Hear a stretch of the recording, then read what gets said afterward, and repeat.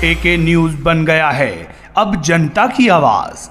नमस्कार, मैं हूं आपके साथ अंजलि त्यागी और आप देख रहे हैं एके न्यूज। आइए बढ़ते हैं खबरों की ओर। भाजपा के राष्ट्रीय प्रवक्ता राज्यसभा सांसद सुधांशु त्रिवेदी राजधानी भोपाल पहुंचे, जहां उन्होंने प्रेस वार्ता आयोजित कर राम मंदिर के मुद्दे पर कांग्रेस से कई सवाल करे हैं। सुधांशु त्रिवेदी ने कहा है कि कांग्रेस पार्टी का पुराना रोग है, वो फिर राम मंदिर को लेकर चुनाव आयोग गए हैं। आपको बता दें कि राम से आपत्ति है, उन्होंने कहा कि या फिर मंदिर से आपत्ति है। वो कहते हैं कि बाबरी मस्जिद शहीद हो गई, ये कोर्ट की अवहेलना है। कोर्ट में राम मंदिर केस में राम जन्मभूमि बाबरी परिसर का जिक्र है, न कि बाबरी मस्जिद। सुधांशु त्रिवेदी ने कहा कि इंदिरा जी के समय जब खंबे सामने आए तो कोर्ट से खुदाई पर स्टे लगवा दिया गया। वो इनके ही नेता थे जो वकील का चोला पहनकर राम मंदिर का विरोध करते रहे। कांग्रेस के पास विकास जन कल्याण पर बात करने के लिए कुछ नहीं है, इसलिए सनातन पर प्रहार कर रहे कांग्रेस भारत में विभाजन के आधार पर लेना चाहती है सत्ता।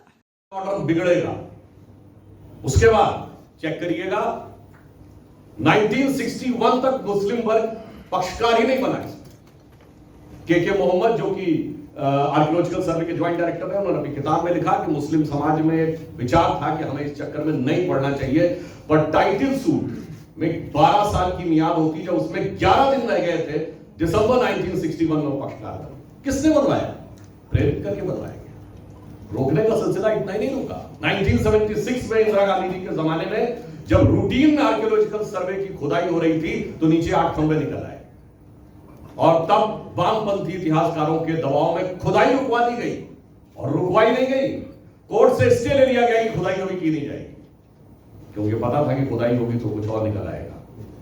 और उसके बाद मैं याद दिलाना चाहता हूं, मगर क्या करें, टेक्नोलॉजी ने मार दिया। 21st सेंचुरी शुरू हुई, रडार मैपिंग की टेक्नोलॉजी आ गई। जब अटल जी की सरकार थी तो कोर्ट ने खुदाई के लिए मना किया था ना, रडार मैपिंग के लिए तो नहीं। तो रडार मैपिंग की गई। लाइक सर्जरी प्रोहिबिटेड अगर है तो अल्ट्रासाउंड तो नहीं ना, तो उसकी रिपोर्ट प्रस्तुत कर दी गई, तो कोर्ट ने परमिशन दे दी।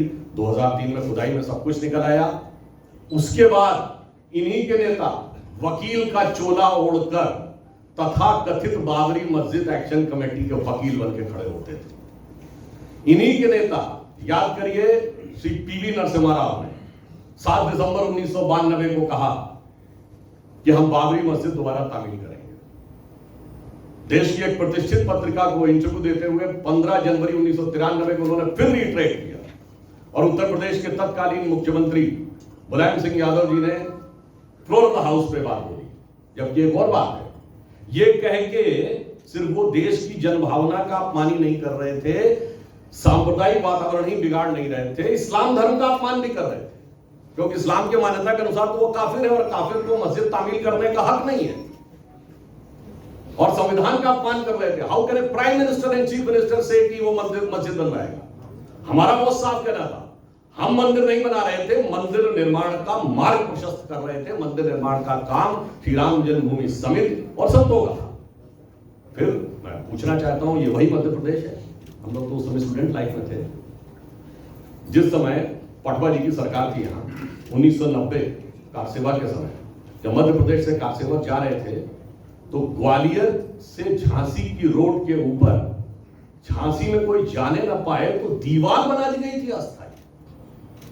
और उस समय मुलायम सिंह जी की सरकार कांग्रेस के समर्थन से चल रही थी, क्योंकि बीजेपी ने 24 अक्टूबर 1990 को समर्थन वापस ले लिया था, जब समस्तीपुर में अडवाणी जी की यात्रा को रोका गया था। तो आप समझिए, दीवार लगा दी गई थी कि यहां से कोई जाने ना पाए। और जब 6 दिसंबर 92 की घटना हुई तो यूपी में समझ में आता था कि मध्य प्रदेश की सरकार क्यों बर्खास्त की गई थी। फिलहाल खबरों में बस इतना ही। बने रहिए एके न्यूज के साथ। नमस्कार।